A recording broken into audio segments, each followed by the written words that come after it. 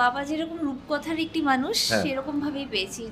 গল্পের বইতে একটা ভীষণ ম্যাজিক্যাল মানুষকে যেরকমভাবে পাওয়া সম্ভব, মানে আমাদের মেন্টাল ওয়ার্ল্ডটা আমাদের সেই জগতে নিয়ে যাবে এবং সেই মানুষটা এত এত জিনিস করবে। আমার বাবা সেই কটা জিনিস সব করে। ওকে। মানে সেই যে একটা বিউটিফুল অরা, সেটা সবসময় পেয়েছি। আর শুধু তাই নয়, সেটার এক্সটেনশনও হয়েছে। মানে অ্যাকচুয়ালি যদি কোনো মেয়েকে শূন্যে ভাসাতে হতো, তো অনেক সময় সেই মেয়েটা আমি নিজে হতাম। অনেক এক্সপেরিমেন্ট হতো ম্যাজিক নিয়ে। সেই এক্সপেরিমেন্টগুলো সূত্রপাত যখন হয়, সেটা তো আমাদের খাবার টেবিল থেকেই অ্যাকচুয়ালি শুরু হয়, তারপর অফিসে হয়ে যায়। মানে যেহেতু আমরা ম্যাজিক বাড়ির সবাই, আমার 2 বোনও, হ্যাঁ, ওরা সবাই কিন্তু মানে এই যে বাবা একজন ম্যাজিশিয়ান, মাও ম্যাজিশিয়ান, তাহলে বাচ্চাগুলোও ম্যাজিশিয়ান।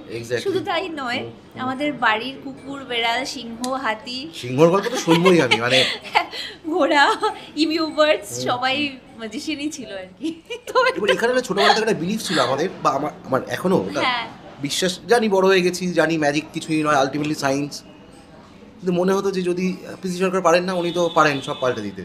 অ্যাকচুয়ালি যদি বাবা চান, বাবা সত্যি সত্যি পারেন। উনি এমন একজন মানুষ, এবং উনি যদি শুধু কথাই বলেন, ওনার মধ্যে সেই অদ্ভুত শক্তিটা রয়েছে মানুষকে মোটিভেট করা, ইন্সপায়ার করা। এবং উনি কিন্তু ডেফিনেটলি একটা এক্সট্রা কিছু দেখতে পান, যেটা মানুষকে উদ্বুদ্ধ করতে তো পারেই, তাকে একটা এমন জায়গায় নিয়ে যেতে পারে যেখান থেকে হয়তো বা সব কিছু খুব সুন্দর, খুব ভালো, খুব ম্যাজিক্যাল।